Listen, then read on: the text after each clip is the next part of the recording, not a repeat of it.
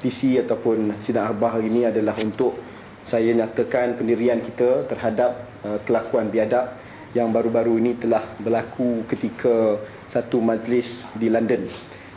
Semua tahu baru-baru ini Yang Berhormat Perdana Menteri telah mengadakan majlis sepetang bersama rakyat Malaysia ataupun Malaysian Diaspora di London di O2 Arena. Dan seperti yang telah ditayangkan dalam domain-domain publik ataupun domain-domain awam, media domain-domain awam, terdapat satu kekecohan berlaku di mana ada salah seorang yang hadir telah memekik-mekik dan mengganggu Perdana Menteri dalam ucapan beliau. Dan akhirnya beliau telah berjaya ditenangkan dan beliau telah mengganggu suasana harmoni dalam majlis tersebut. Kelakuan yang itu saya takrifkan sebagai kelakuan yang tiada nilai intelektual, tiada daya budi dan runtuh santun yang amat dahsyat dan kritikal. Kita mengambil masa sedikit sebagai reaksi terhadap individu tersebut kerana kita telah berjaya mengenal pasti individu tersebut. Individu tersebut kita kenal pasti sebagai Encik Hugh Wong Sin, rakyat Malaysia yang bekerja di United Kingdom dan menetap di sekitar Reading, kawasan berhampiran dengan London, United Kingdom. Tindakan beliau itu saya takrifkan sebagai tindakan yang telah memalukan seluruh rakyat Malaysia kerana kebiadaban beliau menggambarkan seolah-olah rakyat Malaysia kurang budi dan kurang santun, tidak seperti mana seantero dunia faham dan mengenali hati budi rakyat Malaysia. Di samping itu juga saya berpendapat beliau telah menghina pemimpin ketua kerajaan kita Yang Amat Berhormat Perdana Menteri, dan yang paling saya emosi dan rakan-rakan emosi adalah beliau telah menghina presiden parti saya, presiden parti kami, iaitu Presiden UMNO. Oleh yang demikian, kita mengutuk kebiadaban beliau, kita mengutuk sekeras-kerasnya kebiadaban beliau, dan hari ini mengenangkan kita telah berjaya mengenal pasti identiti individu tersebut. Kita mencabar beliau untuk berdebat dengan penuh suasana harmoni dan nilai intelektual yang tinggi, dan saya telah kirim dan utus satu surat terhadap beliau yang akan dibawa dan dipersembahkan oleh wakil kita ataupun ahli kelab-kelab UMNO United Kingdom dalam sehari dua ini untuk mengajak beliau berdebat tentang perkara dan isu yang beliau pekik-pekikkan itu, iaitu isu bersih.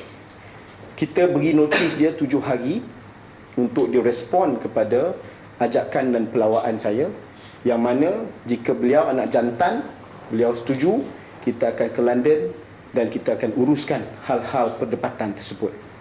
Kita nak elakkan supaya perkara ini tidak lagi boleh berlaku, dan kita mesti dalam apa juga daya kita mesti menghormati pemimpin negara kita, dan bukan nilai akhlak yang sedemikian yang perlu kita tonjolkan kepada masyarakat yang lebih muda khususnya dalam Malaysia.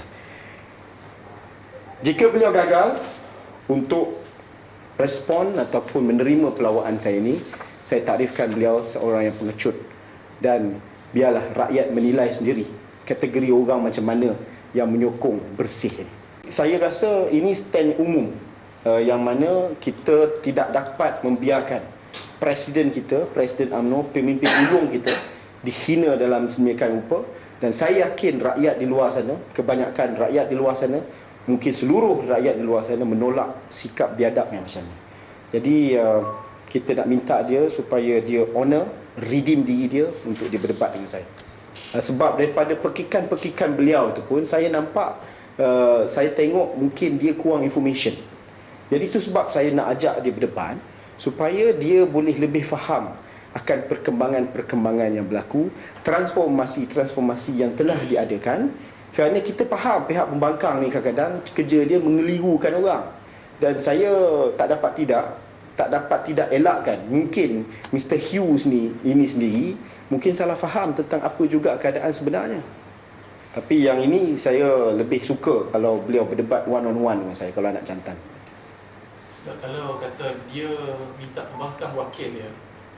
Oh, saya ingat itu satu taktik pengecut yang amat dahsyat lah. sebabnya dia mesti bertanggungjawab terhadap perilaku beliau secara peribadi. Apa yang kita lakukan ini bukanlah untuk demi Presiden semata-mata. Siapa juga Presiden UMNO, siapa juga Perdana Menteri, kita harus pertahankan prinsip kita menghormati pemimpin. Kita seperti kita tahu, kita biasa kalah parlimen, kita biasa kalah pilihan raya, dan kita tak pernah menidakkan hak pemimpin ataupun hak mana-mana pengundi dalam konteks untuk pilihan raya, dan kita tidak pernah sabotage pemimpin ataupun pemimpin-pemimpin pembangkang jika kita kalah pilihan raya. Lihat saja di Penang dulu. Semua masih ingat bagaimana Tan Sri Koh Sukun dengan secara berhemahnya menyerahkan kuasa kepada pemimpin yang baru, iaitu pemimpin yang beliau lawan ketika itu. Jadi ini konsep demokrasi yang sangat matang di negara. Bukan hacker jerit-jerit macam orang-orang waras yang macam ni. Jadi itu sebab kita terpanggil untuk ajak beliau debat secara civil dan secara lebih bertamadun. So 18 Mei, so 25 Mei dia mesti respon ke kita. What if it doesn't respond? Well, then let the public assess and assess what category of people supporting that person. Syafri Bantu Makasih. Can you please stop it? Can you stop it, please? No, but can you stop it?